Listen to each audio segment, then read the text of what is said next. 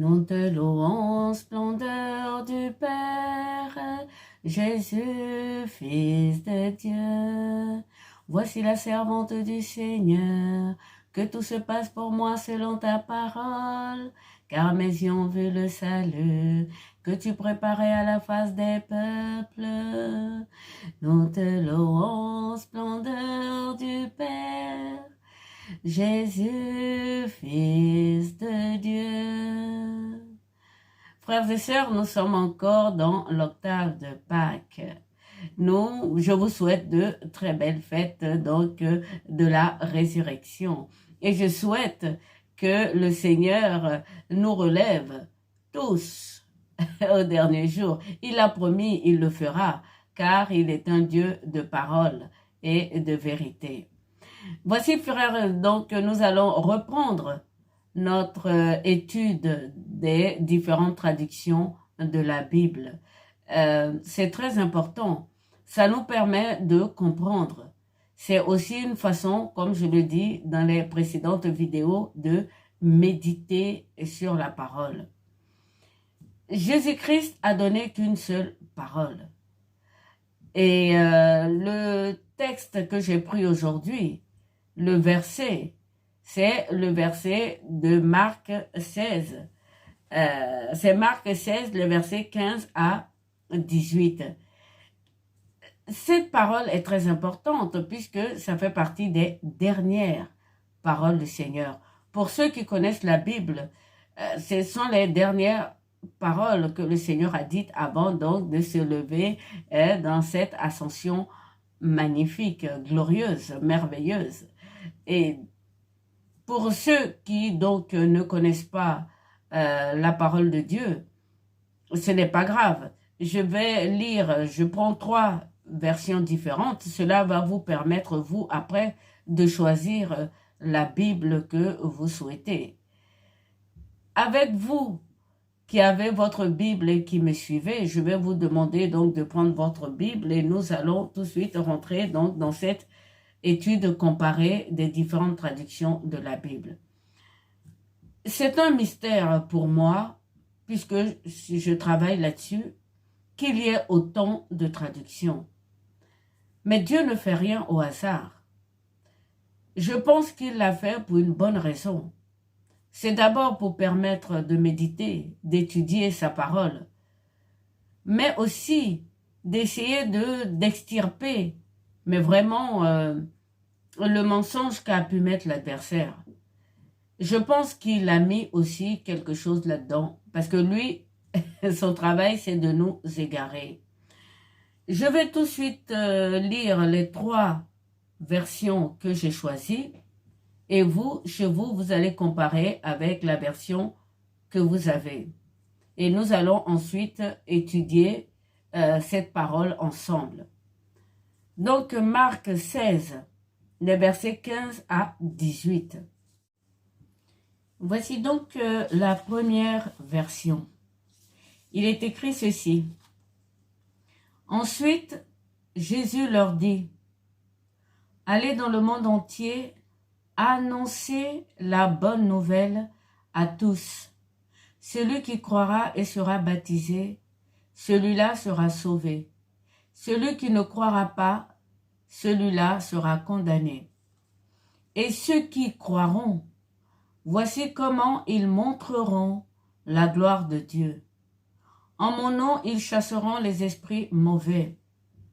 Ils parleront des langues nouvelles. Ils pourront prendre des serpents dans leurs mains. Et s'ils boivent du poison, cela ne leur fera aucun mal. Ils poseront les mains sur la tête des malades, et les malades seront guéris. Une autre version dit ceci. Toujours Marc 16, les versets 15 à 18. Puis il leur dit, « Allez par tout le monde entier et proclamez la bonne nouvelle à toute la création. Celui qui deviendra croyant et recevra le baptême sera sauvé. Mais celui qui ne croira pas sera condamné.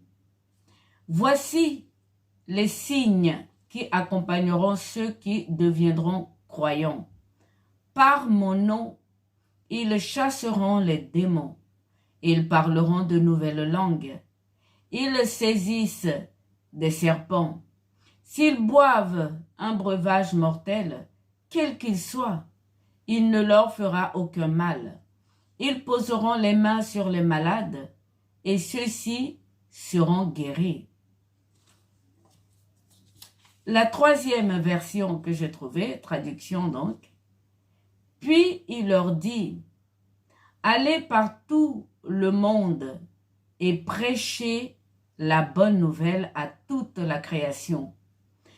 Celui qui croira sera baptisé, mais celui qui ne croira pas sera condamné. Voici les miracles qui accompagneront ceux qui auront cru. En mon nom, ils chasseront les démons. Ils parleront de nouvelles langues. Ils saisiront des serpents. S'ils boivent quelque breuvage mortel, il ne leur fera point de mal. Et ils imposeront les mains aux infirmes, qui s'en porteront mieux. Frères et sœurs, ce sont donc les trois versions que j'ai choisies. Vous qui me suivez, vous avez certainement une autre version. Nous allons commencer l'étude donc de cette parole du Christ. Je vous le disais, elle est très importante puisque c'est la dernière. Cette même parole existe pour Jean et également pour Matthieu. Pour Matthieu, il est écrit ceci. Allez, faites de toutes les nations des disciples, les baptisant au nom du Père, du Fils et du Saint-Esprit, et enseignez-leur à observer tout ce que je vous ai prescrit. Et voici, je suis avec vous tous les jours jusqu'à la fin des temps. Nous, aujourd'hui, frères et sœurs, nous allons nous baser sur la version donc de Marc. Mais je viendrai certainement sur les autres versions, sur celui donc de Luc et de Jean.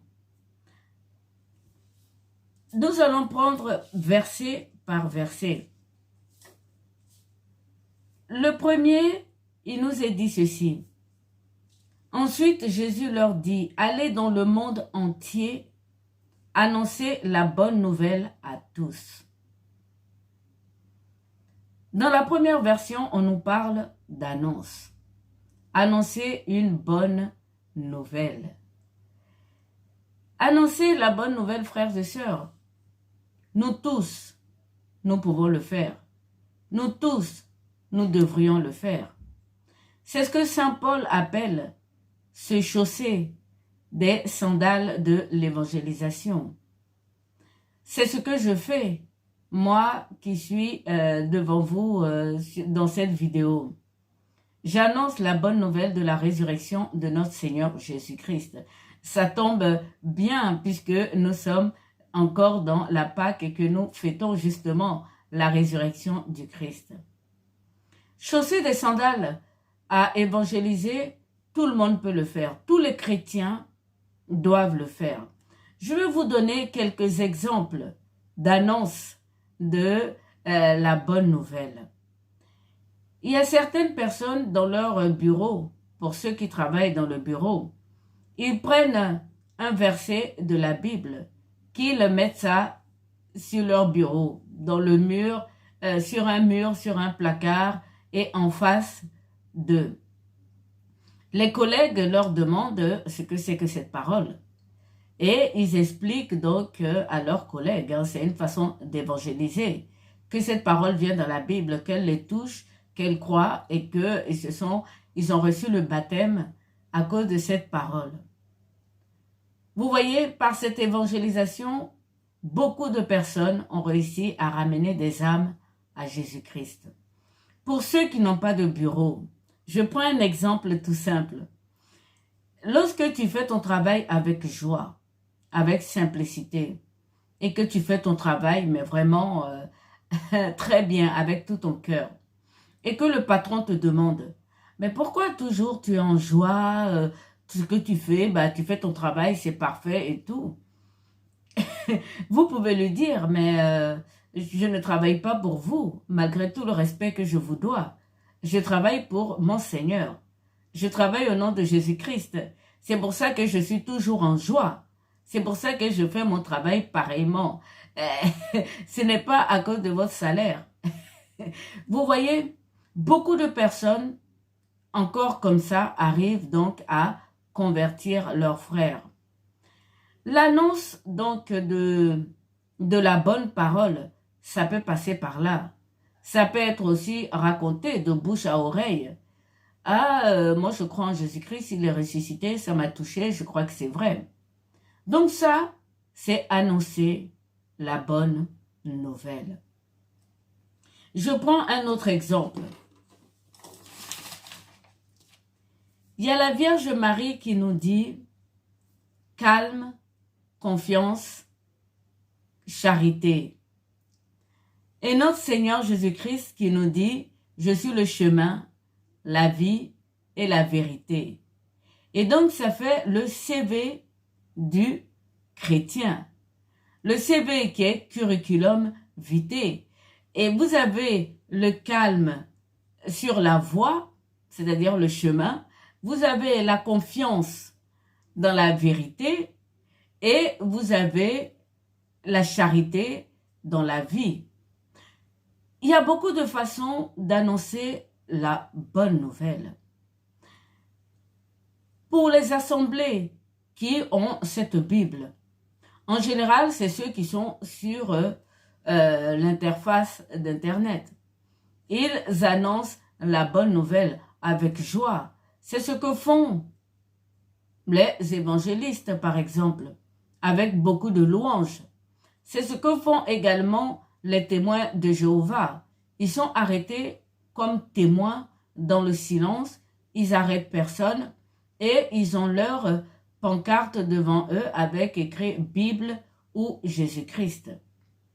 C'est ça, évangéliser. Donc, annoncer la bonne parole, annoncer la bonne nouvelle, c'est cela. Mais il y a la deuxième version qui nous dit ceci. Puis il leur dit, allez par tout le monde entier et proclamez la nouvelle à toute la création. La proclamation, frères et sœurs, est différente. Donc, d'annoncer la bonne nouvelle. La proclamation vous demande de connaître la parole, de la connaître et d'avoir confiance, d'avoir la foi. Qu'est-ce que c'est proclamer une parole? Je vais vous prendre un exemple. Cette parole qui est connue, je la dis par cœur parce qu'elle est connue par toutes les personnes qui ont des problèmes. Elle est ceci. Toute langue qui s'élève contre moi cette nuit pour me juger, je la condamne au nom de Jésus. Ou je bénis ma maison au nom du Seigneur Jésus. Ou bien il est écrit que mon corps est le temple du Saint-Esprit.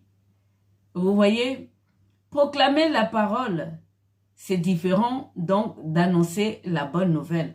Proclamer la parole, c'est comme si vous vous appropriez la parole pour vous apporter vous-même de la délivrance, de la guérison et pour guérir d'autres personnes. Vous pouvez proclamer la parole de Dieu sur une autre personne. Donc proclamer, ça demande, comme je le dis, d'avoir la foi, de connaître la parole et d'avoir du bon ton. Si vous arrivez, par exemple, dans une maison pour bénir cette maison et que vous n'avez pas le bon ton, les esprits qui sont là ne croiront pas à ce que vous dites. Et donc, ils vont demeurer là. C'est pour ça que beaucoup de personnes ne chassent pas les démons, les esprits impurs. c'est par manque de confiance alors qu'ils sont déjà baptisés, ils ont déjà reçu le baptême. Chasser les esprits méchants. Il y a un exemple très bien dans la Bible qui est connu. Ce sont donc des Juifs qui, en ayant vu Saint Paul chasser les démons, se sont mis à faire pareil. Ils ont dit, au nom de Jésus, on vous chasse. Les esprits mauvais leur ont dit, mais Saint Paul, on le connaît, Jésus-Christ, on le connaît, mais toi, on ne te connaît pas. Et donc, ils l'ont vraiment malmené. Frères et sœurs, proclamer la parole, ça demande de vraiment connaître la parole, d'être aussi envoyé. Vous avez entendu les esprits méchants et les démons. On connaît Jésus, on connaît Saint Paul, mais toi, on ne te connaît pas. Et donc, pour proclamer la parole, il faut prendre le temps dans le lieu secret avec le Christ. Il faut que le Seigneur t'envoie comme disciple. Même si le Seigneur ne t'envoie pas comme disciple, donc si tu ne vas pas pour délivrer une autre personne, que tu proclames la parole pour toi-même. Toute langue qui se lève en accusation contre moi cette nuit, je la condamne.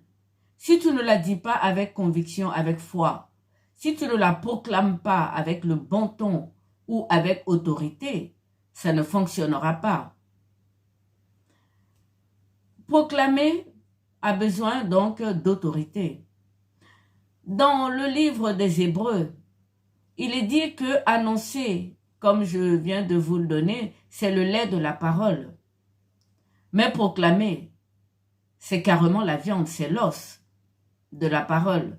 Et donc, après quelques années donc, de conversion, après avoir reçu, si vous voulez, le baptême, un chrétien doit pouvoir passer de l'annonce à la proclamation de la parole pour lui-même. Il doit bénir sa maison tous les jours au nom de Jésus-Christ de Nazareth, avec foi, avec confiance et avec autorité. Mais je continue. Il est ensuite dit de chasser, si vous voulez, de déplacer les montagnes. Les montagnes, donc, c'est nos ennemis. Hein. Ce sont donc les esprits impurs. Ils entendent très bien quand on parle. Et là, je vous parle, mais vraiment des esprits impurs, pas des esprits méchants. Pour ceux qui ont regardé mes précédentes vidéos, j'ai fait la différence entre esprit méchant, esprit impur qui est esprit de grenouille, qui vient donc de l'adversaire, et les esprits de sorcellerie. Pour les esprits méchants, dès que vous vous mettez à lire la Bible, à annoncer la parole de Dieu, la bonne nouvelle, les esprits méchants vous quittent.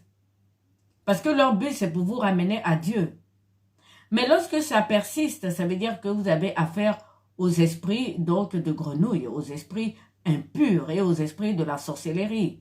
Là, il va falloir mais vraiment proclamer avec beaucoup d'autorité. Et pour avoir l'autorité, il faut avoir confiance. Il faut croire, si vous voulez, à ce que vous-même vous dites. Maintenant, la troisième version nous dit ceci. Puis il leur dit, allez par tout le monde et prêchez la bonne nouvelle à toute la création.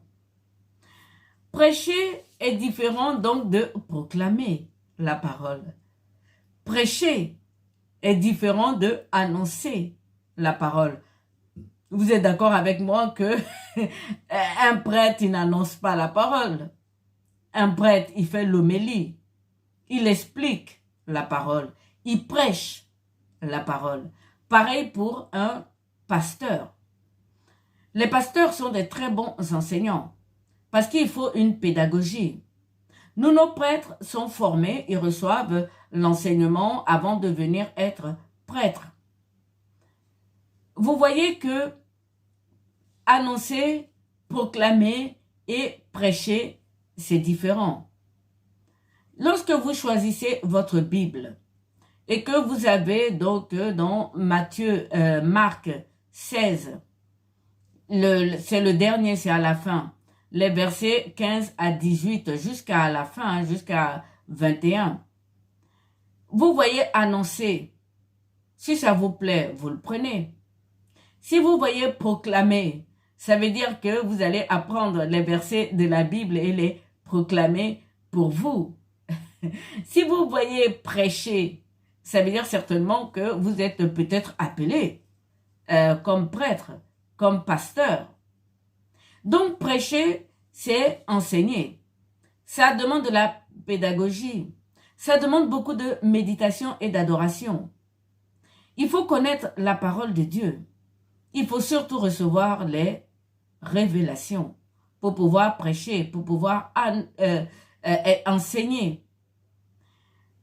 Les pasteurs et les prêtres passent beaucoup de temps dans la méditation, frères et sœurs. La plupart sont envoyés. Dans une de mes vidéos, j'ai bien peur de me répéter parce que j'essaye de suivre ce que je fais. J'ai dit que les pasteurs et les prêtres enseignaient et que c'était différent de annoncer. Tout simplement parce que eux, ils sont appelés par le Christ à servir le Christ. Nous, moi, je suis de la moisson.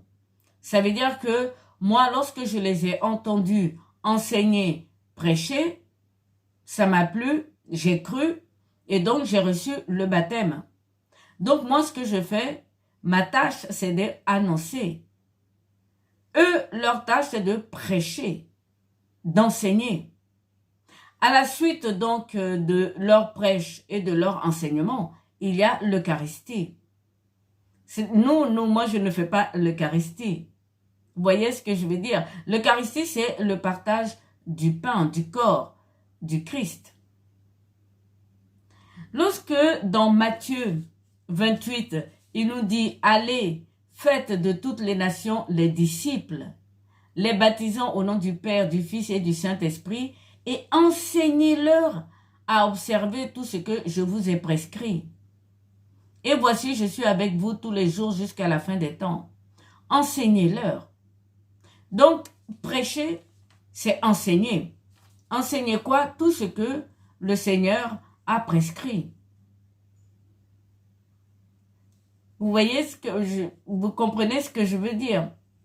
Je prends un autre exemple. Dans Luc 5, verset 4, le Seigneur dit à Saint Pierre, qui pendant toute la nuit a péché sans rien prendre. Le Seigneur arrive, il est au bord du fleuve, il est sur la rive et il dit « Avancez en eau profonde ». Frères et sœurs, c'est ce que ça veut dire. Nous qui annonçons la bonne nouvelle, nous sommes sur le rivage.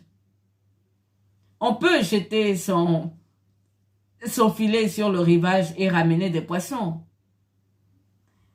Ceux qui proclament avancent un peu plus dans l'eau. Et ceux qui prêchent, qui enseignent, eux, ils vont en eau profonde. Ils vont plus loin dans la connaissance de la parole de Dieu. Ils vont plus loin pour pécher beaucoup plus. Et ce n'est pas une question de quantité, c'est une question de qualité à ce niveau de mon étude. C'est-à-dire qu'un chrétien qui est bien enseigné n'a besoin de personne d'autre pour se délivrer. Et nous allons voir, c'est la suite. Voilà où je veux en venir. Donc, annoncer la parole, tout le monde peut le faire. La moisson, c'est vivre en chrétien. Une fois qu'on a confiance que Jésus-Christ est le chemin, la vérité et la vie, nous avançons dans notre vie avec calme, confiance et courage. C'est ma méditation personnelle. J'ai trouvé que ça correspondait au CV, au curriculum vitae. Vous voyez que dans la méditation, nous-mêmes, nous pouvons avoir un nouveau langage. Et je vais encore y venir pour la suite. Frères et sœurs, en fonction donc de la traduction de la Bible que vous avez, soit vous avez été orienté par Dieu par le Saint-Esprit vers cette Bible. Donc, si vous avez annoncé, vous avez à vous mettre à annoncer. Je suis désolée.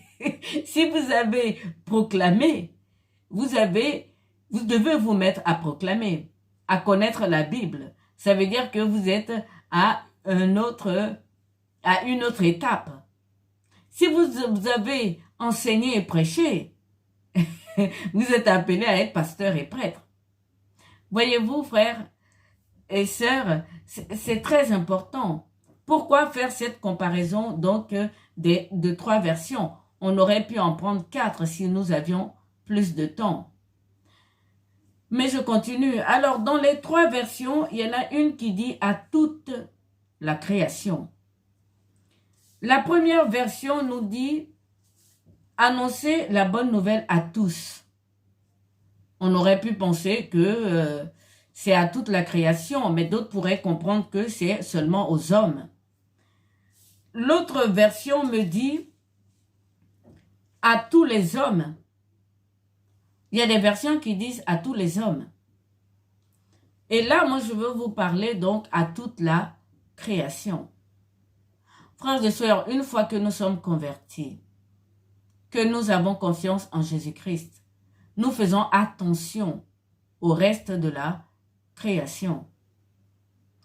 Pas question de détruire la nature, vous le savez bien. Les chrétiens ont une conscience de tout l'environnement qui les entoure. Il est écrit dans la Bible que lorsque Dieu va venir, il va vraiment s'énerver, se fâcher contre ceux qui font du gaspillage, ceux qui détruisent la création. Donc nous, les enfants de Dieu, nous devons faire attention donc à toute la création. Donc aux animaux, aux plantes, à l'espace. Et oui, le vide est rempli de Dieu. C'est la solitude de Dieu. Et je vais faire une vidéo sur ça. Donc avoir un espace sain, aéré, illuminé pour Dieu. Ça fait partie donc d'annoncer la bonne nouvelle à Dieu. Moins au monde, à la création plutôt, moins de virtuel. La solitude, le calme aussi, la paix du chrétien. Voyez-vous, lorsqu'on dit proclamer la bonne nouvelle à toute la création, c'est cela. Prêcher la bonne nouvelle à toute la création, c'est cela. Ce n'est pas uniquement qu'aux humains. Il nous est demandé de prendre soin de toute la création. Voici, frères et sœurs, donc pour ce premier verset. Je vous invite à avancer en eau profonde. Même si vous avez dans votre traduction annoncé la bonne nouvelle, comme moi je le fais, vous pouvez avancer en eau profonde. Avoir un nouveau langage, comme mon CV que je viens de vous donner, ou faire des vidéos pour évangéliser, comme je l'ai fait. Donc, quelle que soit la traduction que vous avez, vous pouvez avancer en eau profonde. Et d'ailleurs, dans Jean 21, le verset 6, il dit « Jetez le filet du côté droit ». C'est la même chose. Lorsque Dieu parle du côté droit, ça veut dire qu'il a transféré ce qu'il a à faire à celui qui est à sa droite. Souvenez-vous, son fils est assis à sa droite. Et son fils est venu porter tous nos péchés. Il lui a donné le pouvoir, puisque le fils est assis sur son trône.